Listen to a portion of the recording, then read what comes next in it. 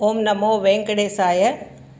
இந்த வீடியோவில் விருத்தாச்சலம், சென்னையிலிருந்து விருத்தாச்சலம் சுமார் 220 கிலோமீட்டர் தொலைவில் அமைந்திருக்கிறது.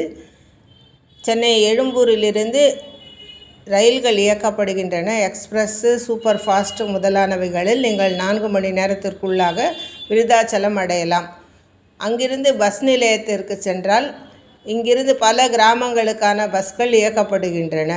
ஸ்ரீமுஷ்ணம் என்ற ஸ்தலம், அதாவது இந்த ஊருக்கு வந்தப்புறம் நீங்கள் 3 கோவிலை ஒரே சேர பார்க்கலாம். 3 விசேஷமான ஸ்தலம். ஒன்று ஸ்ரீமுஷ்ணம் ஸ்ரீ பூவராக சுவாமி திருக்கோவில், அதுக்கு பக்கத்துலேயே இருக்கக்கூடிய நிதீஸ்வரர்ன்ற தொல்லியல் துறை கட்டுப்பாட்டில் அமைந்திருக்கக்கூடிய 1000 வருஷத்துக்கு முற்பட்ட திருக்கோவில்.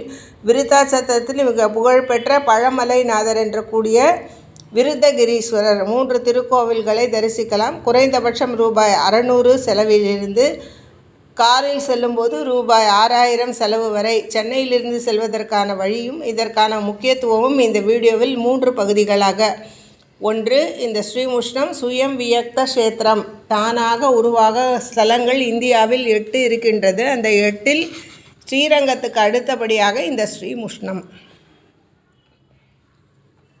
முன்பொரு காலத்தில் ஹிரண்யாட்சன் என்ற அரக்கனிடமிருந்து பூமியை மீட்டு கொடுத்தவர் இந்த ஸ்ரீ வராக சுவாமி. இவரை தரிசிப்பதினால் நமக்கும் பலவிதமான ஆபத்துகளிலிருந்து காப்பாற்றக்கூடிய ஒரு தன்மை இந்த பெருமாளுக்கு உண்டு என்பதால் அவரை தரிசித்தால் நமக்கு அது வாய்க்கும்.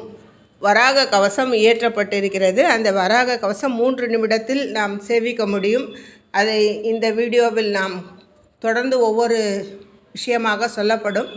இந்த புஷ்கரணி கரையில் அமைந்திருக்கக்கூடிய அரசமரம், ஆதி விருட்சம் என்று சொல்லக்கூடிய முதலாக வராக பெருமாளினால் தோற்றம் வந்த புதுசிலிருந்து இன்று வரை பல ஆயிரக்கணக்கான ஆண்டுகளை கடந்து இங்கே அமைந்திருக்கிறது.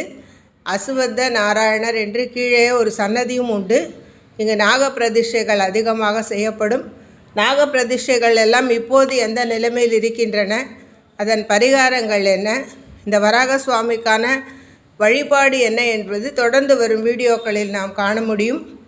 எனவே ஒருவர் குறைந்தபட்ச செலவில் இந்த திருக்கோவிலை அடைந்து இந்த வராக சுவாமியையும் பக்கத்தில் இருக்கக்கூடிய நிதீஸ்வரரையும் வராக கவசத்தை இந்த இந்த குளக்கரையில் அமர்ந்திருந்து 108 தடவை நாம் ஜபிக்கும் ஒரு வாய்ப்பு கிடைத்தால் பலவிதமான தோஷங்களிலிருந்து விடுபெறலாம். வீடு, நிலம் சம்பந்தமான பல பிரச்சனைகள், நோய் இவற்றிற்கெல்லாம் மருந்தாக அமையக்கூடிய அந்த கவசத்தை நாம் வருகின்ற வீடியோவில் தனிப்பட்ட முறையில் தரலாம்.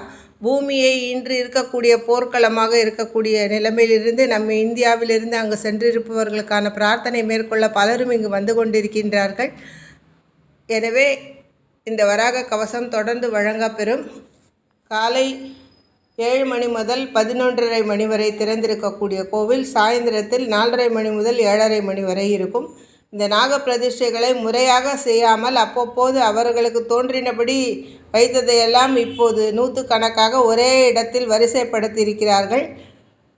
100 கணக்கான மக்களின் இந்த பிராயச்சித்தம் முறையானதாக ஒரு காலத்தில் இருந்தது. இப்போது பராமரிப்பில்லாமல் இதுபோல் இருப்பது பிரதிஷ்டை செய்தவர்களுக்கு பிரச்சனையாகும். தொடரும் அடுத்த வீடியோவில்.